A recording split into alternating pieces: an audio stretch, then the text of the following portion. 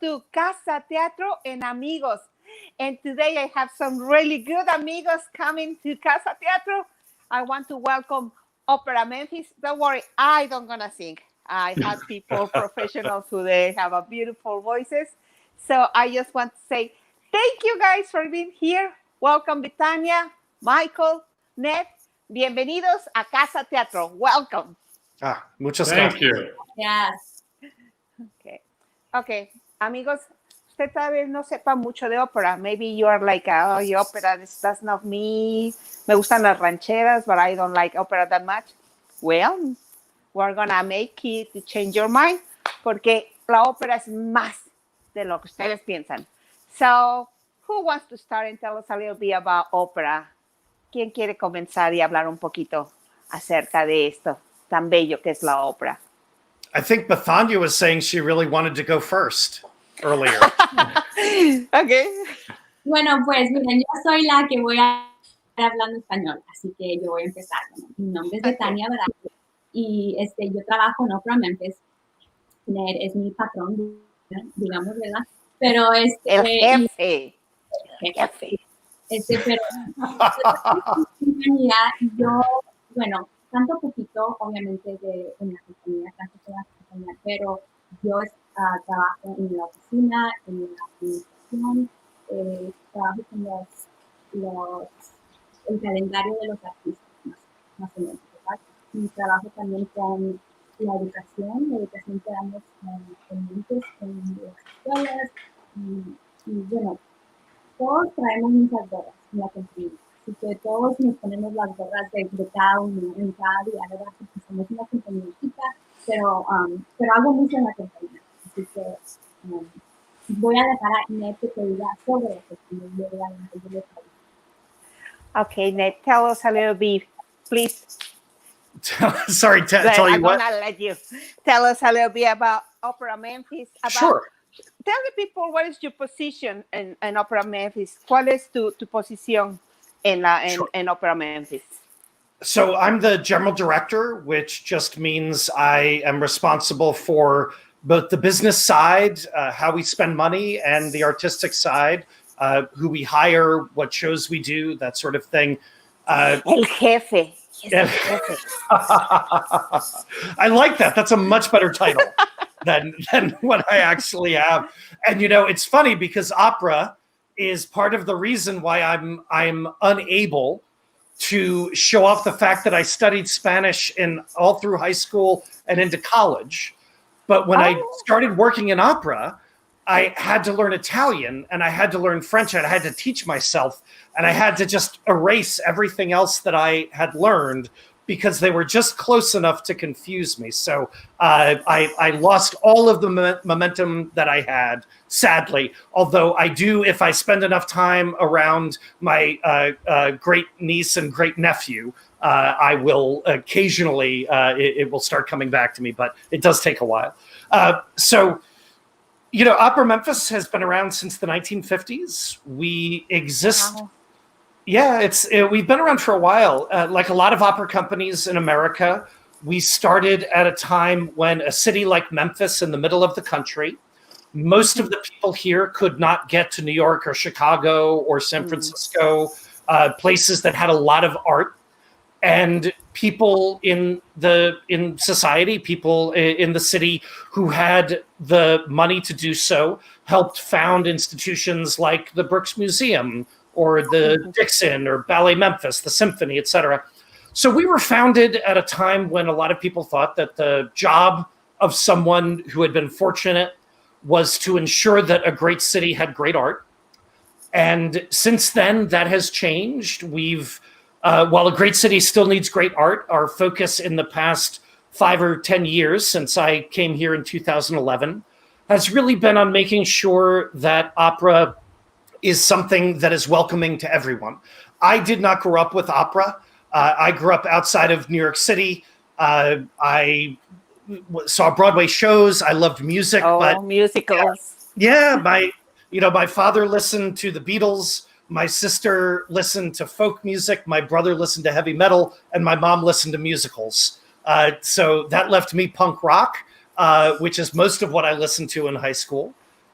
So I kind of stumbled into opera. I didn't think it was something that was going to be for me. And when I started working in the field, that is when I started falling in love with it.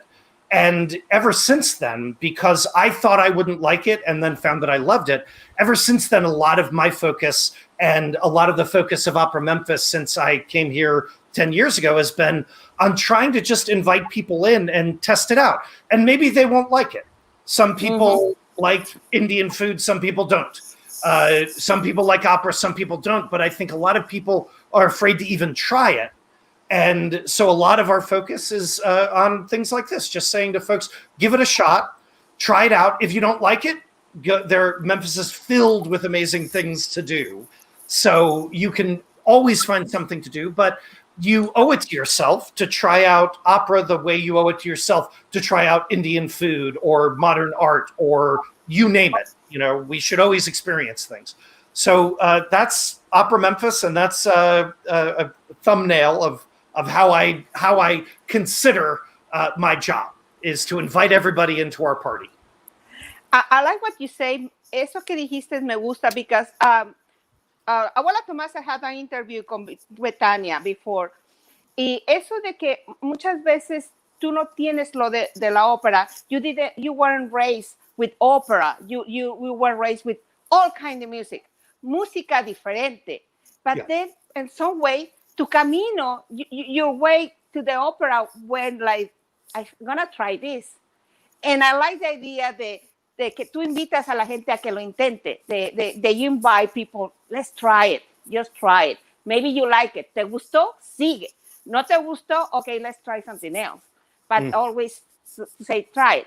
Creo que eso es lo bonito y me agrada, por ejemplo, de que digan, no, bueno, a mí me gustan las rancheras, pero voy a intentar ópera, ¿verdad? I don't know if Michael is the same thing, like Ned. Did you focus on opera from the beginning, or you try something else?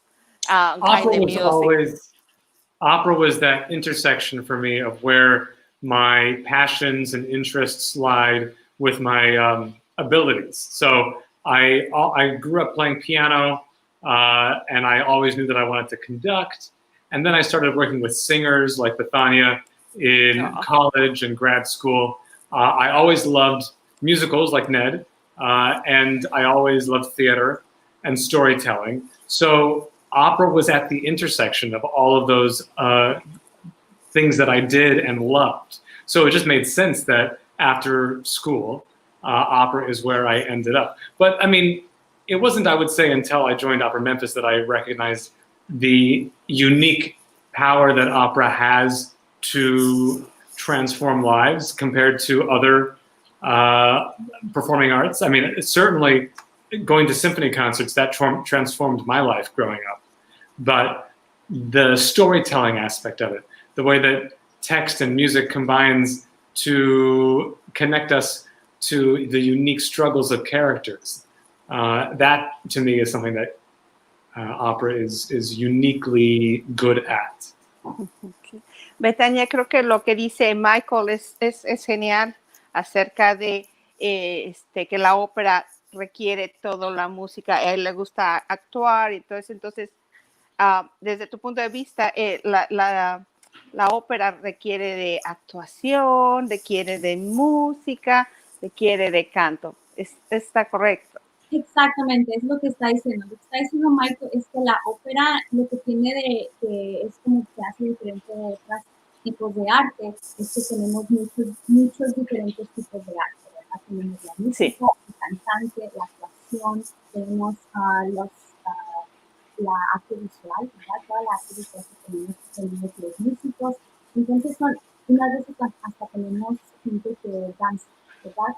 Entonces tenemos muchas artes que están en este momento, todas juntas, y eso es lo que Mike está diciendo, que se hace muy importante, porque puede transformar una vida, ¿verdad? Yo no creo, porque lo que hacemos nosotros es damos las historias de la gente, ¿verdad? Entonces, te damos las historias de la gente como nosotros. Y te puedes ver tú en ese escenario, yo he tenido ese problema, ¿verdad? Entonces, es lo que Mike está diciendo. Okay, I'm going to ask you a question. Les voy a preguntar a los tres the same question, and I want you to tell me y me expliquen. ¿De qué manera podemos explicar lo que la ópera significa para cada uno de ustedes? Para que ellos lo entiendan e invitarlos a que participen. How can you explain what opera means to you? And how can you invite the people to try it? Let's start with the ladies. Vamos a empezar con Betania. Tell us how can you explain what is opera for you, para ti. Sí, mira, la ópera para mí es historia, es exactamente lo que te acabo de decir, ¿verdad? Bueno, el teatro tiene historia, ¿verdad? Pero nosotros tenemos la música, los cantantes tenemos el micrófono, y es algo diferente que se siente en el escenario cuando alguien no tiene micrófono y está dando una historia, ¿verdad? Y te está dando este sentimiento que sientes en vivo. Bueno, esa es la ópera. Pero la ópera también tiene compañías como la de nosotros, que queremos ir a la comunidad y queremos decir a las que necesitan nosotros historias y le podemos poner en el escenario que a ustedes quisieran ver, que pueden venir a ver la ópera, ¿verdad? Porque es como Ned estaba diciendo, la ópera te puede gustar y no te puede gustar, pero tienes que ser como un niño, ¿verdad? Un niño tratando la comida, ¿verdad? Como la mamá te dice, pruébalo nomás, a ver si te gusta, y si no te gusta, pues pero lo probas, ¿verdad? Exacto. No sé si te contesté la pregunta, a lo mejor mal le seguimos la conversación. No. Está bien. Okay, Ned, tell us for Ned, what is opera? And what would you do to make people to get into opera? What would you tell them? So for me, opera is, as Michael said, it's sort of a combination of a lot of things that I love. But as somebody who can't sing, I'm a terrible singer. Most importantly, opera is a miracle. You know, opera is hearing the human voice express these emotions, express these stories in a way that really bypasses thought. You know, I'm a very logical person. I think about things, I overthink about things. And somebody could say something, I love you, I hate you, whatever, and I would think about it logically. But when they sing it, it hits me in the gut. It makes me feel something very different. And that is, you know, the musical theater can have the same power, even pop music, all kinds of music can have the same power. But with opera, it's spread out over the course of an hour and a half or 2 hours. You know, you really can tell a full story in that way. In terms of getting people interested, you know, I think the most important thing is to try to find an opera that is similar to what you like. So if you like romantic comedies in movies, you should come and see The Barber of Seville, because it's a light, buoyant, fun story that has a happy ending. If you like really serious stuff, you should go and see a more serious opera, because I think one of the biggest things I would say is you need to give opera a chance, and you need to give it a few chances, because when I was 18, I saw my first opera and I didn't like it at all. And it was Puccini's La Bohème, an opera that now I love. But it was a bad situation. I was uncomfortable in the seat. I didn't know what was going on because they didn't have the translations that we have today. And I thought after seeing it, well, you know, opera's not for me. I'm just not an opera guy. But no one goes to a movie and doesn't like that movie and then thinks, you know what? I don't like movies. I'm never going to see another movie. But it happens in opera. Yeah, and so I would say the best way to get involved is find an opera, call us up, reach out, email us, Bethania, or just call our box office and say, what do you have coming up? What is that like? I really love action movies. I really love this. You know, how is this going to be similar to that? Because we do try in a given season, we try to have a lot of different kinds of stories, a lot of different kinds of operas, so that people can gravitate towards the ones that they like, because everybody has favorites, everybody has taste. And so, yeah, I would say find out reach out to an opera company, tell them what you like, and they will tell you what you should start out with. Okay. What about you, Michael? The same question. You almost answered before, but tell me what you did. Sure. I mean, as I mentioned, it's all about empathy. It's about, opera is about using music and text and storytelling to get audiences to think outside of themselves and connect with something that is greater than themselves. I think the perfect example is an opera that Opera Memphis co-commissioned and presented just over a year ago called The Falling and the Rising. This is an opera based on interviews with wounded veterans, wounded US military veterans. Opera Memphis was one of 6 opera companies that co-commissioned this, along with the US Department of Defense. And because this opera was based on actual testimonials of real veterans, this is a story that is uniquely true in the way that it is told. And for me, being someone from the West Coast, I was raised by 2 hippie liberals, and I protested the Second Bush War back in the early 2000s. I personally had no connection to anyone in the military, which, since working on this opera, I've learned is quite dangerous when the population doesn't have an emotional connection to the military that is protecting them. So Okay. I was not only working on this opera, but I was also working with the veterans and the currently serving military that were performing in the opera. We recruited a whole chorus of local military to perform in the opera with us. So I was creating these relationships that I could never have even imagined prior to working on this opera. And now I have a profound respect and appreciation for their struggle, for their sacrifices. And that is a small example of the way that opera can change one's life. I would say that everyone that was in the audience for those performances 2 springs ago here in Memphis were also, I mean, thoroughly changed.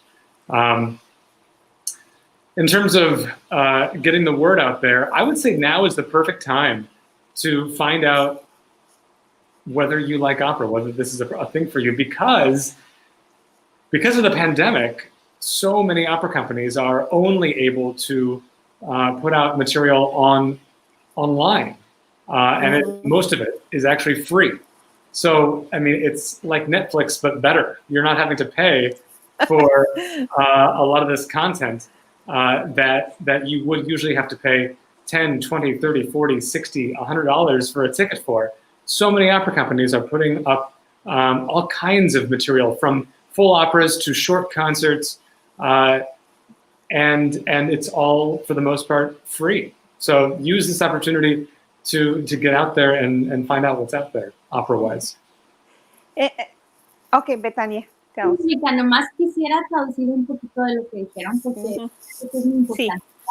Mira, la ópera es como, tienes que pensar qué te gusta, qué tipo de shows te gustan en Netflix, ¿verdad? Si ves la comedia, las tragedias, si te gustan los documentales, si te gusta la ciencia ficción, ¿verdad? Entonces, ¿qué te gusta? Y escoge una ópera que te guste, que es similar, ¿verdad? Entonces nos puedes llamar, puedes conectarte con nosotros en el Facebook, en el Instagram, en un email, ¿verdad? Y pregúntame, hey, ¿qué ópera debería de yo ver? Porque me gusta, esta es la cosa que me gusta. Entonces, porque la verdad es que una de mis primeras óperas que yo fui no me gustó para nada, porque a mí no me gusta la ciencia ficción, y fui a ver una ópera que era similar. Sí me oyen porque alguien... Ya, ahora sí, ya te acercaste, ya te escuchas mejor. Ok, entonces yo necesito acercar. Pero ¿sí me oyeron? Lo que estaba diciendo. Sí. Sí, entonces no me gustó la primera ópera que yo fui y yo creía que no me gustaba la ópera. Pero como Ned dice, si vas a ver una película en el cine y no te gusta la película y sales del cine, no vas a decir, ya no me gustan las películas. Sí, ¿verdad? quiero ver. Vas a decir, no me gusta esa película, pero le vas a tratar de ver otra. Así que. Fíjate que thank you for that suggestion about people calling, para llamar y preguntar, what do you suggest? What kind of opera can I watch? qué ópera puedo ver, porque a mí me gusta tal cosa. I never thought about that. La verdad, nunca había pensado en llamar y decir, there's something that I might like. Hay algo que ustedes tengan que pueda yo ver con mis gustos que tengo. But that is great. And like Michael said, with the pandemic, there is a lot of people putting stuff on YouTube and even Facebook. And you guys, you've been working. You're still working even when the pandemic. I'm seeing things and I followed you. So the pandemic doesn't stop you. You're still doing things. What are you doing right now? Because I know that you are not stopping even with this craziness around us. Y yo sé que no es lo mismo. I know it's not the same thing to have people in the audience and sing. Tenemos que renovarnos. We have to look for new things. So who wants to go? Who wants to go?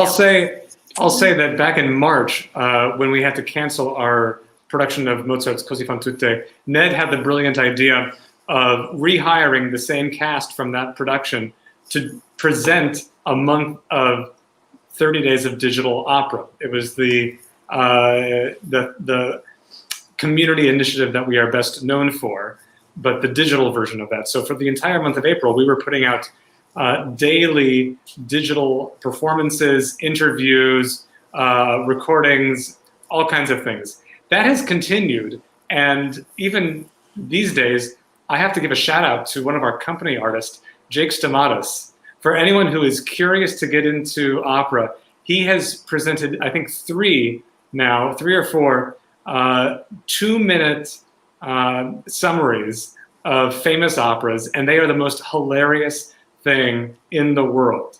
He edits them to be just fast-paced, and he dresses up in every character's costume. I've never seen more drag on one character in quite a while. So you can find those on Facebook and also on YouTube. We have everything archived. There's even a video of me teaching how to cook pasta alla norma based on the Bellini opera Norma. That's back in early April, back when all of this digital content was felt very new, and now everyone's doing it. Okay, that's wonderful. Esa es una de las cosas que tenemos que hacer, renovarnos. We have to look ways to keep working and doing stuff. Amigos, if you want to see something de nuestro amigo Michael acaba de hablar, vayan a YouTube. Ustedes tienen su página de YouTube donde tienen todo esto. You can still see it for free. Porque a veces ese es el problema, que dicen, no puedo, no quiero ir lejos, no tengo para pagar, somos como 20 en la familia y la abuela tuvo otro. Entonces, tenemos información en el Facebook de YouTube, la verdad, ahorita. Okay, excelente. So I know the pandemic keep us with one hand tied in our backs, but we tried. What you are gonna do? What are the future plans for Opera Memphis? ¿Qué es lo que están planeando? Because I know you're still working. So what we can expect in the near future? ¿Qué sería? So we have been doing these concerts on the back of a trailer where we can drive into a neighborhood and sing for people, come down to the bottom of their driveway or come out on their balconies if it's an apartment building, and we can sing for those folks. And we are expanding that slightly with concerts at GPAC and the Dixon socially distanced concerts, just to keep some of that in-person connection. It is so important. So many people are lacking it right now. And these concerts, even if we're only doing them for a couple of dozen people, that connection you get between a live performer and a live audience member is like a drug for both parties. The singers need it as much as the audience does. So we're doing that. We're also doing some concerts with WKNO that are going to be monthly. And we are looking at operas that we could do with a socially distanced audience and with socially distanced performers, because a lot of operas are about being in love or wanting to kill somebody. Those are sort of those our are like a thing. Mexican soap operas. We should say that. Yes. Son como las telenovelas mexicanas. Like Yes. pasión. So exactly. Yes. So that's what we specialize in. And those things are usually close up, whether you're kissing the person or strangling them. It's not safe right now. So we are looking at operas that don't require that. For instance, there's a wonderful opera called Scalia Ginsburg, which is about former Justice Scalia and current Justice Ruth Bader Ginsburg, who are completely, opposite ends of the spectrum politically, but they both loved opera and they used to go to the opera together. And the opera is about the fact that even when we disagree as Americans, we can still not hate each other. We can just disagree, talk through it, and then still find the things that connect us. In the case of these two, it was opera. And so that's a piece that I love that feels very important and powerful today, just as a reminder that, just because you disagree with someone doesn't mean they're evil. That you have to try to think beyond that. And that opera can do that, but because Scalia and Ginsburg are not in love with each other, they don't need to kiss and they don't need to fight. They could be separated. So there are pieces like that we're looking at that we hope to be able to do. And we are right now, we are planning for the resumption of in-theater activities in the fall of 2021. So a year from now, our hope is that we'll be able to do that. Yeah. Who knows? We have to be safe. We have to be realistic. But this kind of challenge can lead to great things. And I see it in a lot of companies here in Memphis. I see it in a lot of opera companies that we work with. If you can't do the thing that you normally do, but you want to do something, it just forces you to be creative. It forces you to find new ways. And I think that when it's over, we will come out of this stronger. We will come out of it better able to connect to our audiences. And I think we're going to come out of this. People are going to have a built up hunger for sharing live art. There's no substitute for a live artistic experience, because it's not just you watching a story on your screen. It's you watching it on the screen and then sharing it with the person next to you. I'll never forget. Yes. Do you know the movie It's a Wonderful Life, Christmas movie? Yeah. Yeah, they show it every year. One of my favorite movies. I used to watch it with my dad when I was a kid, but it was always on TV. And then when I lived in Boston, I went to see it in a theater with a crowd of people. All of a sudden, they were laughing at the same places and they were booing the villain. And it was a completely different experience than it was. And it made me love it even that much more. And I think people need that. They crave that. And when we're able to do it, I think all of us are going to just be overwhelmed with the demand for the thing that we do, the art that we create. Okay. I'm going to take a little break just to say hi to the people who sent a couple of messages. Rebecca Baray, she likes the interview. She said, excelente entrevista, un saludo. Gracias, Rebecca, por estar ahí. Tenemos otra persona, creo que ya se fue, Angélica. Angélica dice que la ópera es su pasión. Angélica said the opera is her passion. So, gracias, Angélica, por estar ahí. You may cry, Dorimar Ferrer. We went to see, I think it was the last production that you did with two different operas. And she said she was crying. She cried with that one. So I think that's the emotion that you're talking about when you're there. Esa emoción que tú sientes en vivo, el artista te transmite esa energía. That energy is the one who give you all this goosebumps and make you cry, make you laugh, and all that.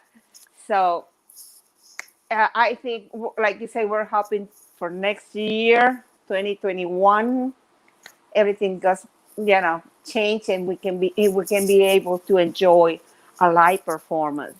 But tú dijiste algo, Betania, que van a hacer algo en GPAC dentro de poco, que van a tener algo with social distancing, respetando la distancia y todo eso. So.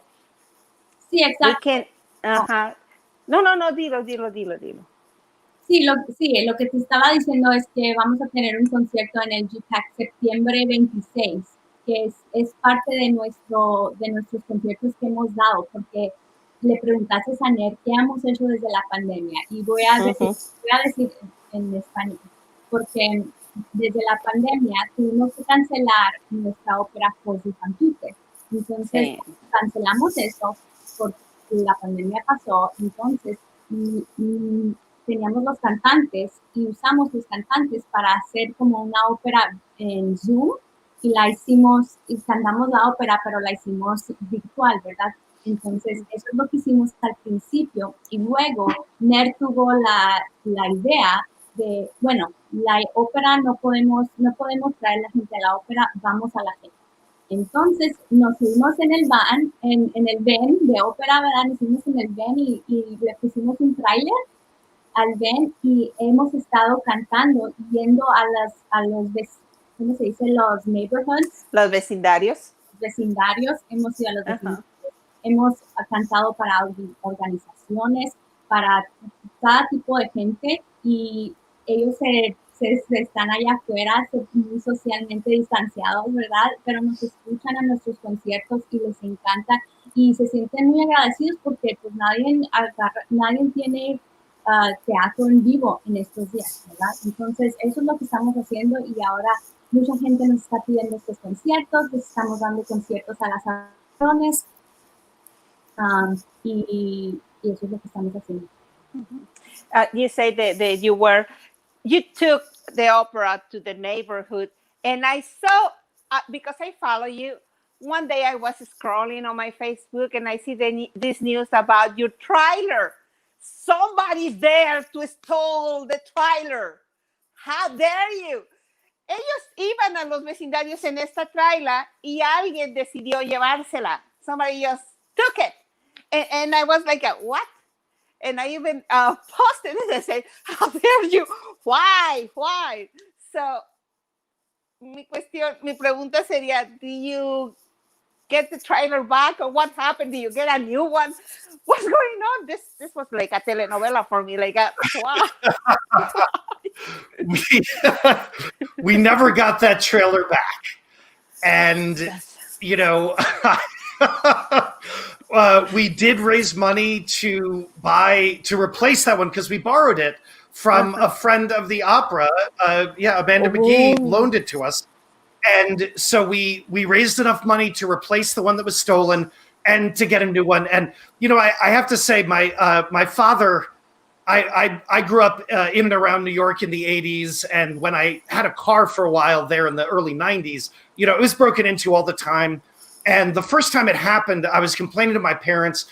And my father said, you know, try to imagine that the person who did it needed the money to buy medicine for their kid, like Les Mis, right? Like Les Miserables.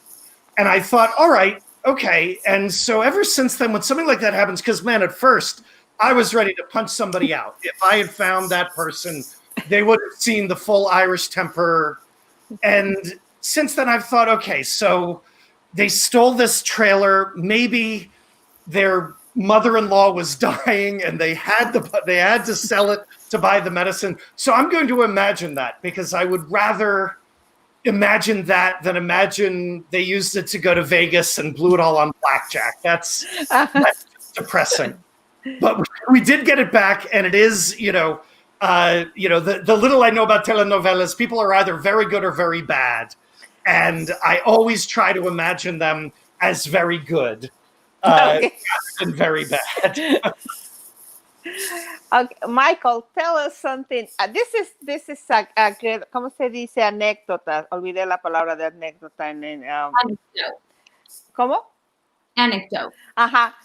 This is a good one, but I'm sure you know something else that is also good that happened in Opera Memphis. That is something that you always remember. Like this happened to us one time when we were doing this, and it's going to be there for years and generations. And when the trailer is one, I'm sure it's going to pass to everybody.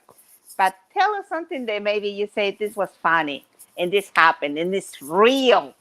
It's real. Okay. Well, I mean, the first thing that comes to mind is not the funniest situation, but it displays the reality of making opera in the era of COVID. And that was a performance that we gave just yesterday on that pickup truck, or sorry, on that trailer that you were referring to during one of our Sing to Me's. Yesterday, we all know that it was pretty stormy as the Hurricane Laura was coming into town. And with all of these Sing to Me performances, especially during the summer when we get a lot of rough weather, we need to sometimes consider canceling or postponing a performance. And that has happened, and it's really unfortunate when it does. But in this case, we tried as long as possible to wait to make that call, and we decided to continue with it. So we were all set up, ready to go. It's getting windy. Our singers brought dramatically flowy outfits that just tossed in the wind beautifully, like any opera singer should. And then I am there trying desperately to make sure that not only the music, but my keyboard doesn't go anywhere.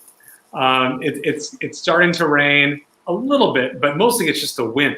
And I've got this fancy little contraption that I learned at Santa Fe Opera involving thread and weights that attaches to the music stand. And that usually is great to keep the wind from disturbing my music. In this case, it was not.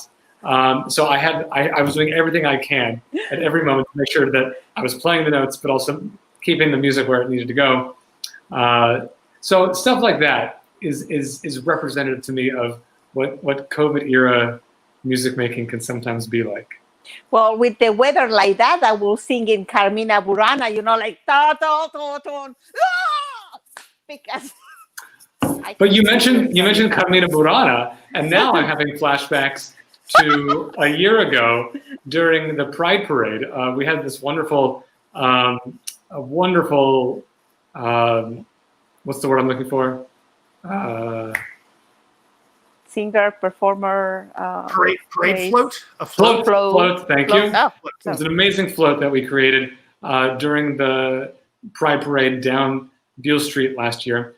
And I will never forget Bethania Beret dancing to the tune of Carmina Burana going down Beale Street. That was pretty amazing. I missed that, and I was there, and so I didn't see it. I love that. I didn't even know that was a memory of yours. Oh yeah, I have the video. I'll show you. That means it's there forever. Lo que se graba ahora is there no lo puedes cambiar. Ni modo. Nos vamos. Okay, I'm gonna say hi to Danza Azteca. Danza Azteca say, I love that project of mobile Opera Memphis. They like that idea to be mobile. And I think it's great because many times people, for some reason, it's like for us, people doesn't go to the theater because maybe they think it's far, maybe they just don't feel comfortable, any reason. But when you bring the theater, when you bring, in this case, the opera, cuando lo llevas al vecindario, la gente se siente feliz and grateful in some kind of way that you're doing that you're doing a little bit to get close to the community. No sé cómo los han recibido con esto.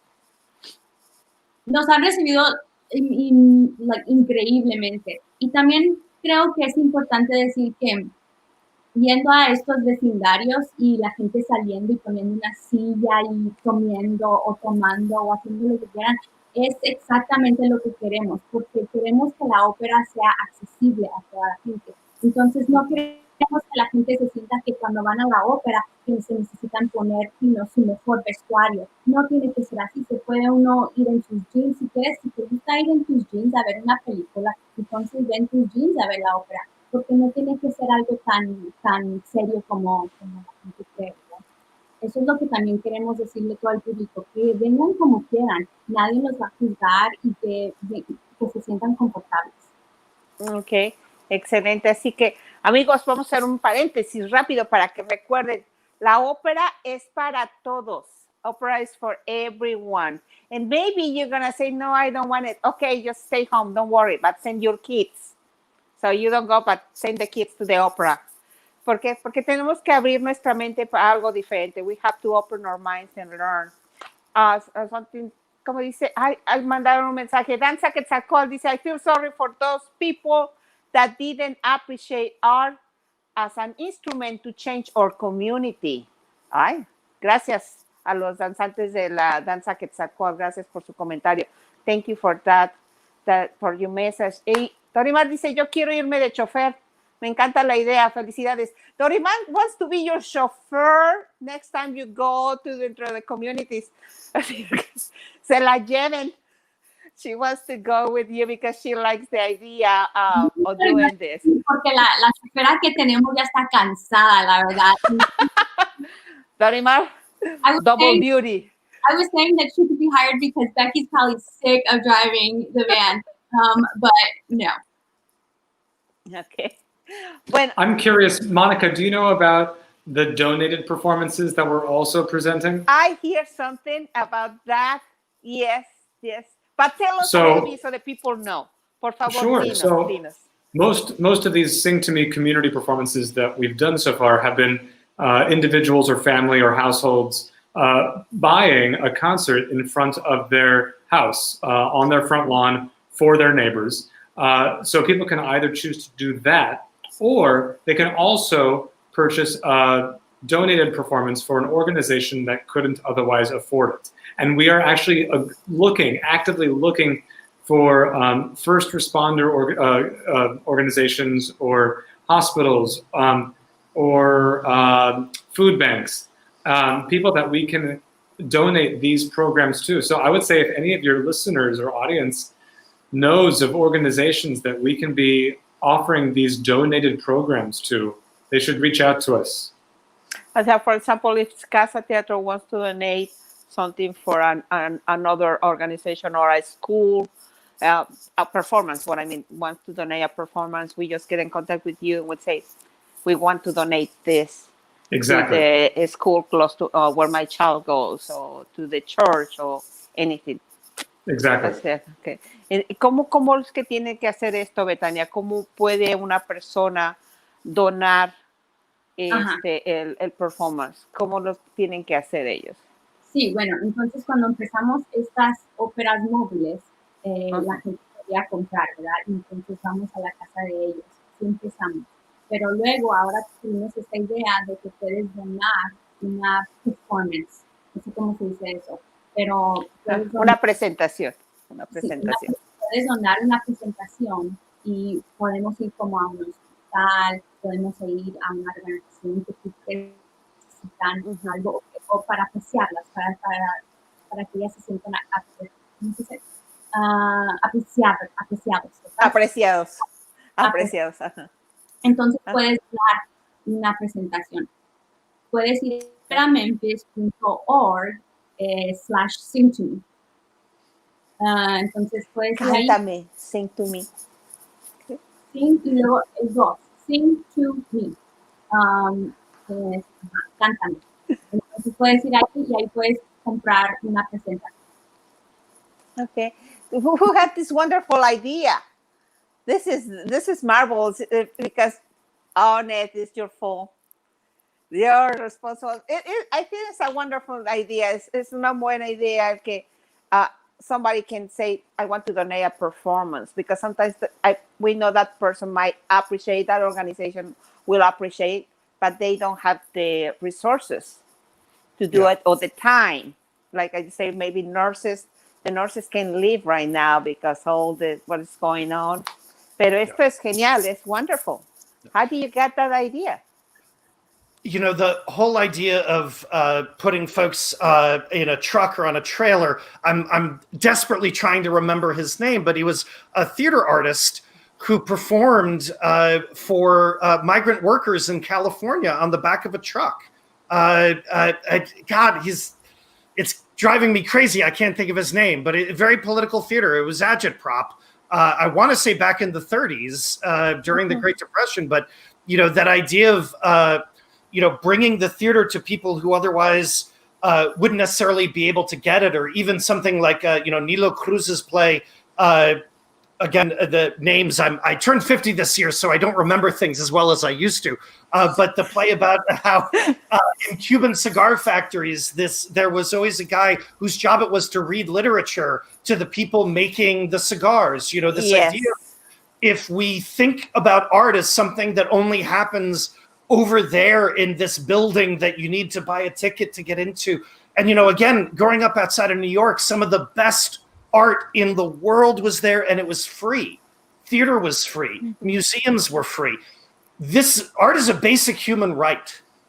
This is something that America, we don't generally understand, that we all deserve access to that. And other countries get it. We just don't. So a lot of, you know, a lot of what we do, a lot of what we try to raise money for is ways to ensure that everybody can come to the party, everybody can connect with these works of art, even if they don't have anything to pay. You know, Joe Papp, who started the Public Theater in New York, who started Shakespeare in the Park, when he said, we're going to do Shakespeare with great actors, we're going to give it away for free, his board, his advisors say, well, what if we just charged $1?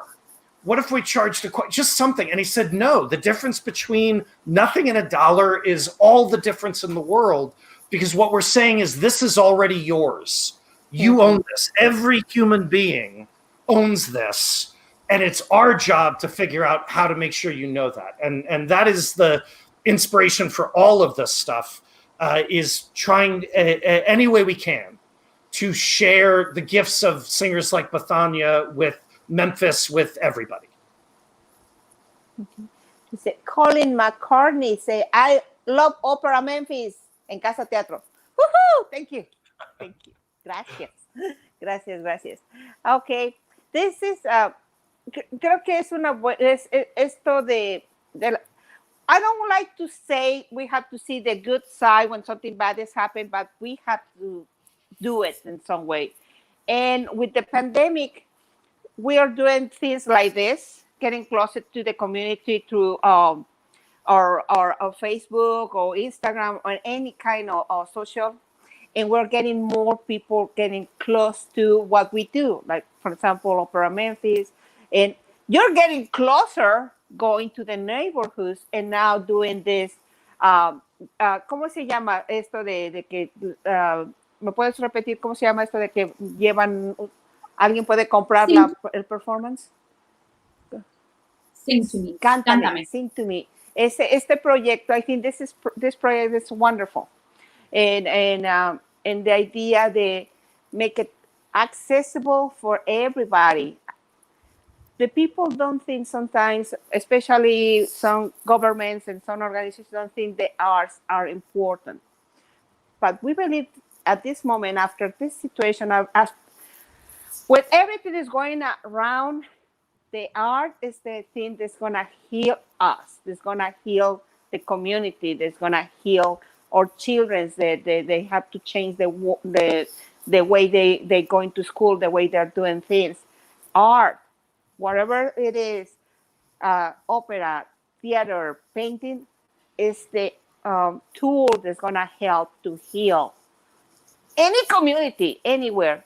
So make it accessible, making things like you guys are doing right now is just, it's amazing. It is good. And I hope people take advantage of that and start calling and say, okay, I want a Sing to Me for my grandfather. He can go out for some reason, or for the teachers in the school on my child, because they've been working doing the social distance or whatever. So, amigos, si ustedes tienen a alguien importante en su vida, if you have somebody you love, and you say, I want them to have a really nice moment with opera singers, right now, here, go to the website and get more information so you can get this. This is a gift. Es un regalo que no se le puede dar todos los días.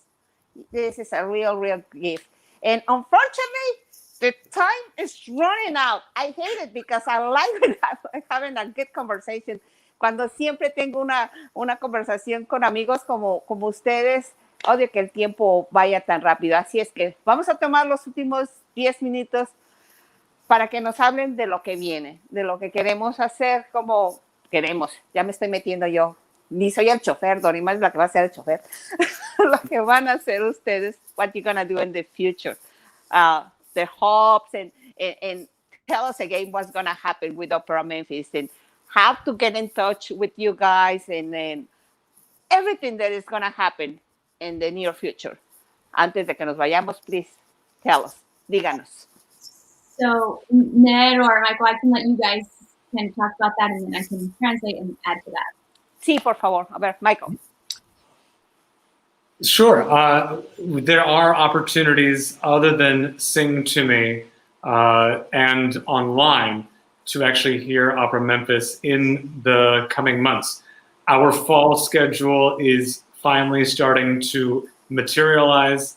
What I can tell you is that every third Thursday of the month, at least through the end of the year, we're going to be working with WKNO, the radio station. Ned mentioned this, on an hour-long program at 7 o'clock. Listeners can either tune in on the radio or there might be some in-person performance opportunities to see that broadcast live. I can also tell you that our very first ticketed event since the pandemic began, live ticketed performance, is finally going to happen in about a month on September 26th. Okay. I'm not even sure GPAC has announced this. So I'm going to. Not, so we should maybe let them do it first. So go visit their website in the near future to find out when you can hear Opera Memphis at GPAC's new space at the Grove. No digan que lo escucharon aquí. Just don't say anything. We've also got some events coming up at the Dixon, so check out their website, as well as some collaborations with the Symphony and the University of Memphis. Okay. A ver, Betania, explícanos para la gente que solo habla español. Sí, lo que Michael está diciendo es lo que sigue. Vamos a tener presentaciones cada tercer jueves de cada mes. Entonces, esta fue la primera vez que tuvimos esta presentación. Entonces, cada tercer jueves de cada mes, hasta que se termine el año, vamos a tener un concierto en el radio WKNO. Entonces, puedes ir a wknofm.org o .com, pero puedes ir ahí y puedes escuchar nuestro concierto. Entonces, eso es lo que estamos haciendo. Okay. Last year, you had 30 days of opera in September. That means it's not going to happen. So, last year, I don't know if people remember, but last year, September was punishingly hot. It was so hot.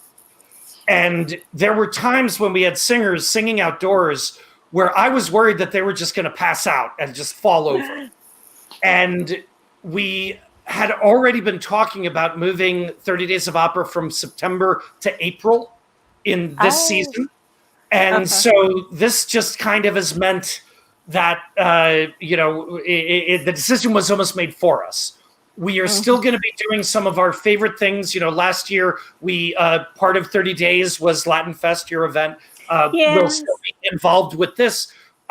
We are, some other things I don't want to give away too much from our other colleagues, but there are several major events that generally happen in September, and some of them, all of them had to postpone. Some of them are trying to figure out a way to do something.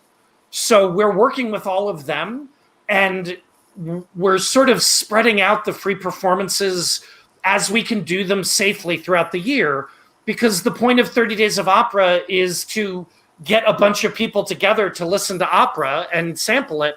And that's just not something that we could do responsibly right now. So, we are putting it off, but 30 Days of Opera is the thing that I love most about my job. It is my passion is to see kids especially, but really anybody hearing opera for the first time. It is just the look in their eyes, seeing their jaws drop. It is amazing. So we will never give that up, even though we have to put it off for a little bit. But we'll be working with some of our favorite partners in September anyway, including you. And in April, assuming that it's safe for everybody to go out and to gather, we're going to be doing it in April of 2021. Okay. I want to thank you because, amigos, Opera Memphis is going to be part of the Latin Fest virtual. Like we've been talking about COVID, make us change a couple of things. And the Latin Fest this year is going to be virtual. And we're really grateful the Opera Memphis is going to be there again. Y se los agradecemos. Muchas gracias for being part of the Latin Fest. ¿Quién dice que ahí desde Wisconsin nos saluda Lorna? Lorna from Wisconsin. She's in Wisconsin right now. She wants to say hi. She's watching right now on Facebook. Gracias, gracias. So thank you. My dear friends, gracias. Thank you very much. I really appreciate. We are crazy about you guys. We love your work. We really, maybe in the future, we can have you back again. We like this kind of chat so that people know more about what's going on in Memphis and about the organizations that are here in Memphis, and they don't have to go to New York. Well, you can go to New York, but not right now. And you can stay here and enjoy everything. You enjoy opera and all that. So, Betania, tell us something before we go.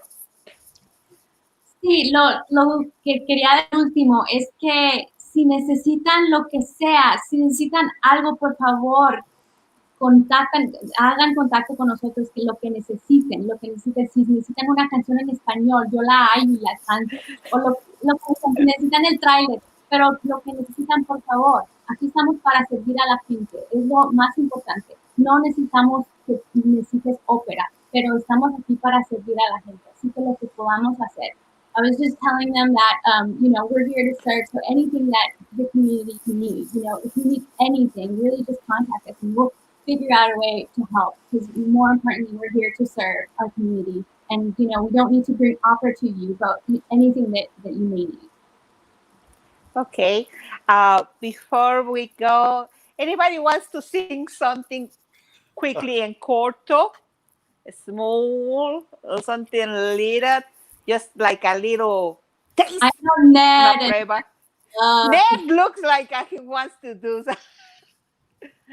Okay. Nobody wants that. I'm the only singer, and I did sing for Abuela Tomasa. Sí. And now I have a napping baby in the other room, so I'm not going to do that. What about Michael? No one wants to hear me sing either. I am not a singer. I'm hired to tell singers what to do. But all of your audiences can hear Bethania and also the new University of Memphis voice professor, Paulina Villarreal. She is going to perform at the Latin Fest. And we're just finalizing that program now. So that's going to be a great opportunity to hear our opera singers perform. Okay. Please don't go stay there before when this is over, because sometimes everybody disappears. I don't want you to go. Just wait. And amigos de Cazateatro, seguidores de Cazateatro, please follow Opera Memphis. Go to their website. Check everything they have. Vean todas las cosas que están haciendo. Vean a la página de Facebook y denle like también a la página de ellos y a la página de Cazateatro. So you know every time what's going on and what they do. And así es que ópera, la ópera es para todos. The opera is open to everyone. And nuestros amigos los están invitando. Betania, Ned, Michael, thank you, muchísimas gracias. Thank you for being there.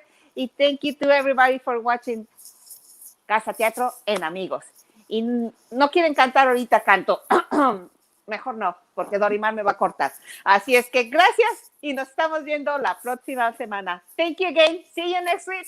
Bye.